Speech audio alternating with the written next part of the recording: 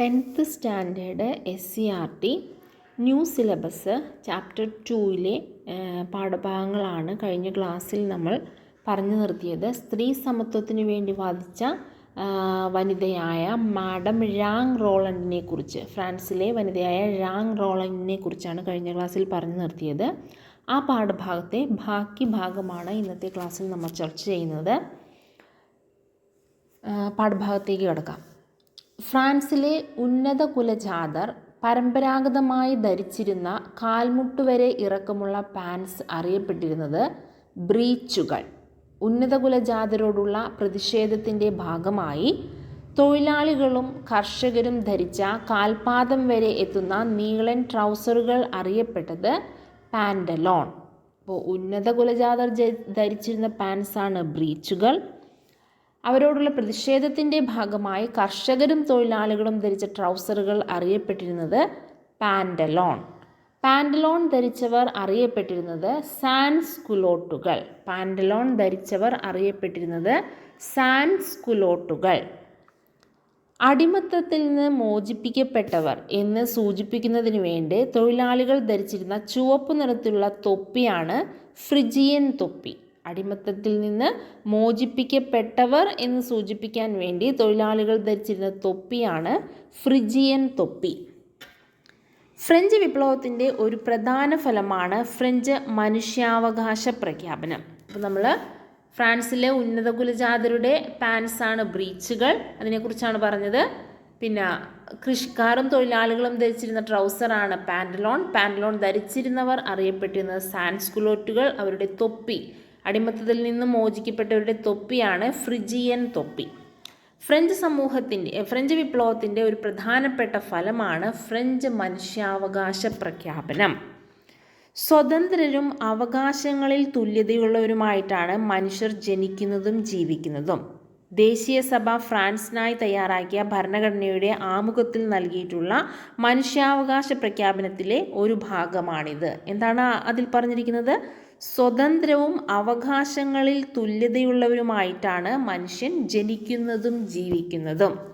1789 നടന്ന ഫ്രഞ്ച് മനുഷ്യാവകാശ പ്രഖ്യാപനത്തിൻ്റെ പ്രധാന ആശയങ്ങളാണ് ഇനി പറയാൻ പോകുന്നത്. അപ്പോൾ ഫ്രഞ്ച് മനുഷ്യാവകാശ പ്രഖ്യാപനം നടന്നത് 1789-ലാണ്. 1789 ഫ്രഞ്ച് മനുഷ്യാവകാശ പ്രഖ്യാപനം. അതിലെ പ്രധാന ആശയങ്ങൾ ഏതൊക്കെയാണെന്ന് നോക്കാം. ഒന്നാമതായിട്ട്, സ്വതന്ത്രനായി ജനിക്കുന്നു, മനുഷ്യൻ തുല്യ അവകാശങ്ങളോടെ സ്വതന്ത്രനായി ജീവിക്കുന്നു.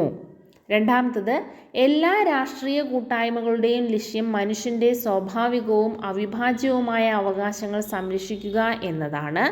അവ സ്വാതന്ത്ര്യം, സ്വത്ത്, സുരക്ഷിതത്വം, അടിച്ചമർത്തലുകളെ ചെറുക്കൽ എന്നിവയ്ക്കുള്ള അവകാശമാണ്.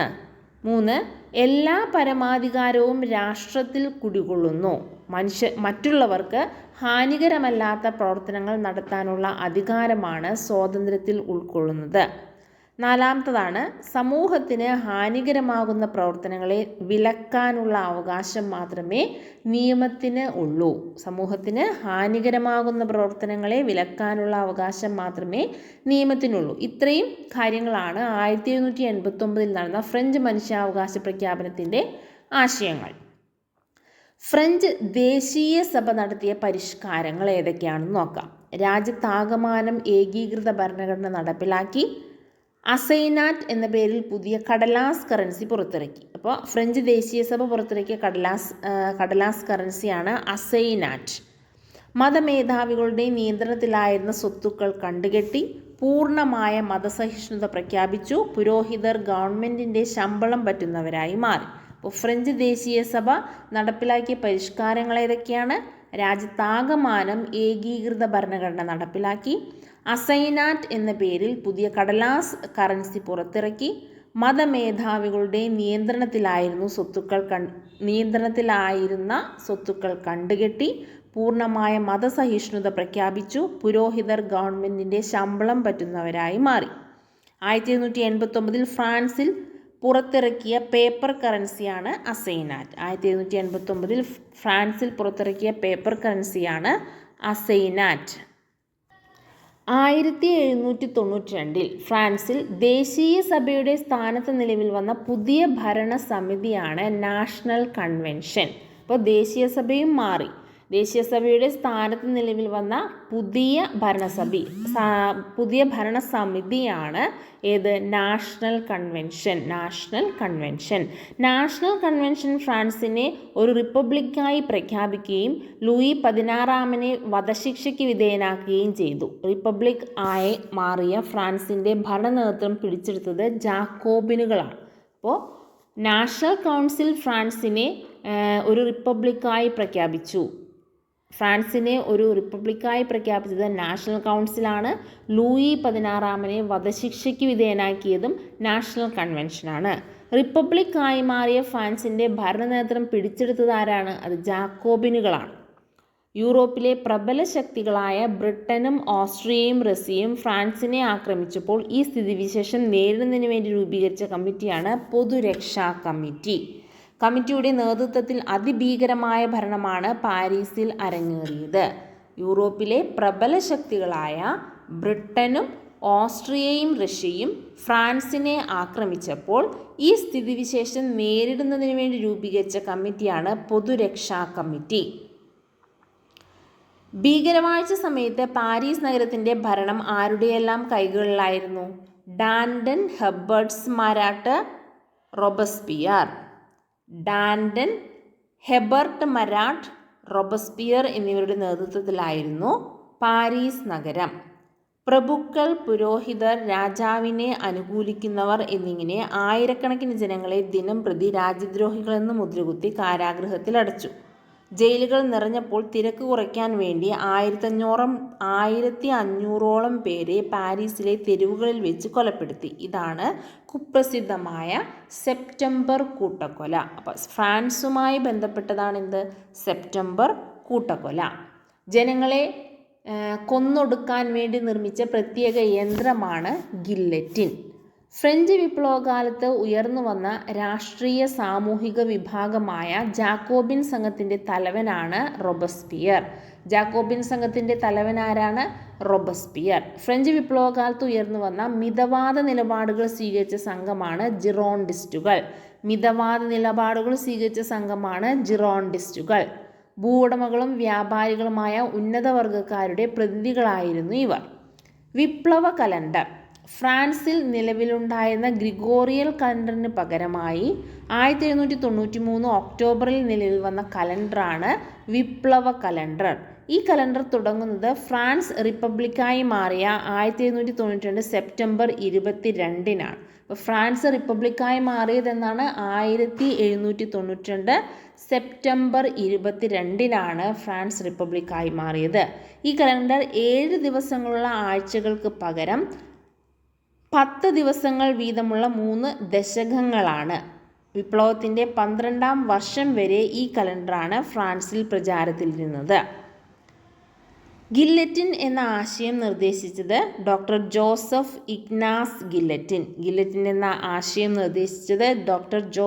Ignaz guillotine. ഗില്ലറ്റിന് വിധേയരായ പ്രമുഖരാണ് ലൂയി 16, ഭാര്യ മേരി ആന്റോയിനേറ്റ്, റോബസ്പിയർ എന്നിവർ. ഗില്ലറ്റിന് വിധേയരായ പ്രമുഖരാരൊക്കെയാണ്? ലൂയി 16 ഭാര്യ മേരി ആന്റോയിനേറ്റും റോബസ്പിയർ എന്നിവർ. ഭീകരവാഴ്ച അവസാനിച്ച ശേഷം 1795 ഫ്രാൻസ് പുതിയ ഭരണഘടന നിലവിൽ വന്നു. 5 അംഗങ്ങൾ അടങ്ങിയ ഭരണസമിതി അറിയപ്പെട്ടത് ഡയറക്ടറി എന്നാണ്. അപ്പോൾ ഭീകരവാഴ്ചയ്ക്ക് ശേഷം നിലവിൽ വന്ന ഭരണസമിതി അറിയപ്പെട്ടത് ഡയറക്ടറി. അഴിമതിയും കെടുകാര്യസ്ഥതയും ഡയറക്ടറിയുടെ തകർച്ചയ്ക്ക് കാരണമായി. അപ്പോൾ ഡയറക്ടറിയും അധികകാലം നീണ്ടു നിന്നില്ല. അഴിമതിയും കെടുകാര്യസ്ഥതയും ഡയറക്ടറിയുടെ തകർച്ചയ്ക്ക് കാരണമായി. പിന്നീട് ഡയറക്ടറിയുടെ വിശ്വാസവും ജനങ്ങൾക്ക് നഷ്ടപ്പെടുന്നു. ഫ്രഞ്ച് വിപ്ലവത്തിൻ്റെ ഏറ്റവും പ്രകടമായ ഫലം ഫ്രാൻസിലെ ഫ്യൂഡലിസത്തിൻ്റെ തകർച്ചയാണ്. ഫ്രഞ്ച് വിപ്ലവത്തിൻ്റെ ഏറ്റവും പ്രകടമായ ഫലം എന്താണ്? ഫ്രാൻസിലെ ഫ്യൂഡലിസത്തിൻ്റെ തകർച്ച. ആധുനിക ദേശീയത എന്ന ആശയം ഏത് വിപ്ലവത്തിൻ്റെ സംഭാവനയാണ്? ഫ്രഞ്ച് വിപ്ലവത്തിൻ്റെ സംഭാവനയാണ് ആധുനിക ദേശീയത എന്ന ആവശ്യം. ഫ്രാൻസിൻ്റെ കിരീടം അഴുക്കുചാലിൽ കിടക്കുന്നത് ഞാൻ കണ്ടു. ഞാനത് വാളുകൊണ്ടെടുത്ത് വൃത്തിയാക്കി എൻ്റെ തലയിൽ തന്നെ വെച്ചു. ഇങ്ങനെ പറഞ്ഞത് നെപ്പോളിയനാണ്. ഫ്രാൻസിൻ്റെ കിരീടം അഴുക്കുചാലിൽ കിടക്കുന്നത് ഞാൻ കണ്ടു. ഞാനത് വാളുകൊണ്ടെടുത്ത് വൃത്തിയാക്കി എൻ്റെ തലയിൽ തന്നെ വെച്ചു. ഇങ്ങനെ പറഞ്ഞത് നെപ്പോളിയനാണ്. ഫ്രഞ്ച് സൈന്യത്തിലെ ബ്രിഗേഡിയർ ജനറലായിരുന്നു നെപ്പോളിയൻ. ഡയറക്ടറിക്കു പകരം 3 കൗൺസിലർമാർ അടങ്ങുന്ന ഒരു പുതിയ ഭരണ സംവിധാനം നെപ്പോളിയൻ സ്ഥാപിച്ചു. അപ്പോൾ ഡയറക്ടറിയും അധികകാലം നീണ്ടു നിന്നില്ല. ഡയറക്ടറിക്ക് പകരം 3 കൗൺസിലർമാർ അടങ്ങുന്ന ഒരു പുതിയ ഭരണ സംവിധാനം നെപ്പോളിയൻ സ്ഥാപിച്ചു. ഇതിൻ്റെ 1ാം കോൺസൽ നെപ്പോളിയൻ തന്നെയായിരുന്നു. പിന്നീട് നെപ്പോളിയൻ ഫ്രാൻസിൻ്റെ ചക്രവർത്തിയായി സ്വയം അധികാരമേറ്റു. നെപ്പോളിയൻ്റെ ഭരണപരിഷ്കാരങ്ങൾ എന്തൊക്കെയാണെന്ന് നോക്കാം. നിയമപരിഷ്കാരങ്ങൾ. നെപ്പോളിയൻ്റെ നിയമസംഹിത ഫ്യൂഡൽ നിയമങ്ങൾ അവസാനിപ്പിക്കുകയും സമത്വവും മതസ്വാതന്ത്ര്യവും അംഗീകരിക്കുകയും ചെയ്തു. നിയമപരിഷ്കാരങ്ങളാണ് നെപ്പോളിയൻ്റെ നിയമസംഹിത ഫ്യൂഡൽ നിയമങ്ങൾ അവസാനിപ്പിക്കുകയും സമത്വവും മതസ്വാതന്ത്ര്യവും അംഗീകരിക്കുകയും ചെയ്തു. നെപ്പോളിയനും പോപ്പും തമ്മിലുണ്ടായ കരാറാണ് കൺകോർഡേറ്റ്. നെപ്പോളിയനും പോപ്പും തമ്മിലുള്ള കരാർ അറിയപ്പെടുന്നത് കൺകോർഡറ്റ്. പോപ്പുമായി ഉണ്ടാക്കിയ കരാർ പ്രകാരം കത്തോലിക്ക സഭയുടെ പ്രവർത്തന സ്വാതന്ത്ര്യം പുനഃസ്ഥാപിച്ചു. മറ്റ് മതവിഭാഗങ്ങളിൽപ്പെട്ടവർക്ക് പ്രവർത്തന സ്വാതന്ത്ര്യം അനുവദിച്ചു. അപ്പോൾ നെപ്പോളിയനും പോപ്പും തമ്മിലുള്ള കരാറാണ് കൺകോർഡറ്റ്. ഇനി വിദ്യാഭ്യാസ പരിഷ്കാരങ്ങൾ ഏതൊക്കെയാണെന്ന് നോക്കാം. വിദ്യാഭ്യാസം സാർവത്രികമാക്കുന്നതിനുള്ള നടപടികൾ കൈക്കൊണ്ടു.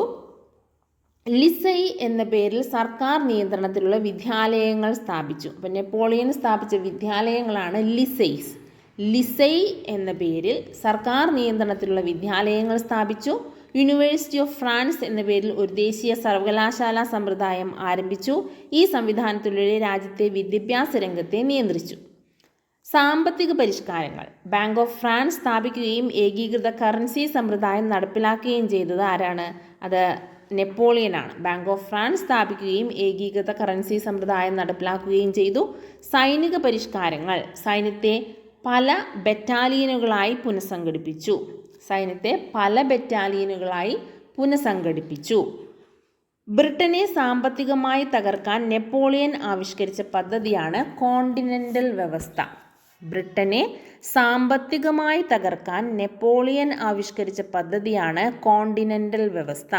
ഇത് പ്രകാരം ഫ്രാൻസിൻ്റെ അധീനതയിലുള്ളതോ ഫ്രാൻസുമായി സൗഹൃദത്തിലുള്ളതോ ആയ രാജ്യങ്ങളെ ബ്രിട്ടനുമായുള്ള വ്യാപാരത്തിൽ നിന്ന് വിലക്കി. അപ്പോൾ എന്താണ് കോണ്ടിനെൻ്റൽ വ്യവസ്ഥ?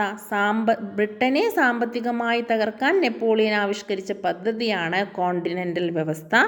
ഇത് പ്രകാരം കോണ്ടിനെൻ്റൽ വ്യവസ്ഥ പ്രകാരം ഫ്രാൻസിൻ്റെ അധീനതയിലുള്ളതോ ഫ്രാൻസുമായി സൗഹൃദത്തിലുള്ളതോ ആയ രാജ്യങ്ങളെ ബ്രിട്ടനുമായുള്ള വ്യാപാരത്തിൽ നിന്ന് വിലക്കി. ബ്രിട്ടൻ നെപ്പോളിയനുമേൽ അന്തിമ വിജയം നേടിയ യുദ്ധമാണ് 1815 വാട്ടർലൂ യുദ്ധം. അപ്പോൾ വാട്ടർലൂ യുദ്ധം ആരൊക്കെ തമ്മിലാണ്? ബ്രിട്ടനും നെപ്പോളിയനും തമ്മിലാണ്.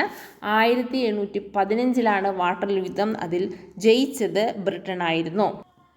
നെപ്പോളിയൻ്റെ പരാജയത്തിന് ശേഷം യൂറോപ്പിലെ രാജ്യങ്ങൾ 1815 ഓസ്ട്രിയയിലെ വിയന്നയിൽ യോഗം ചേർന്ന് ചില സുപ്രധാന തീരുമാനങ്ങൾ കൈക്കൊണ്ടു.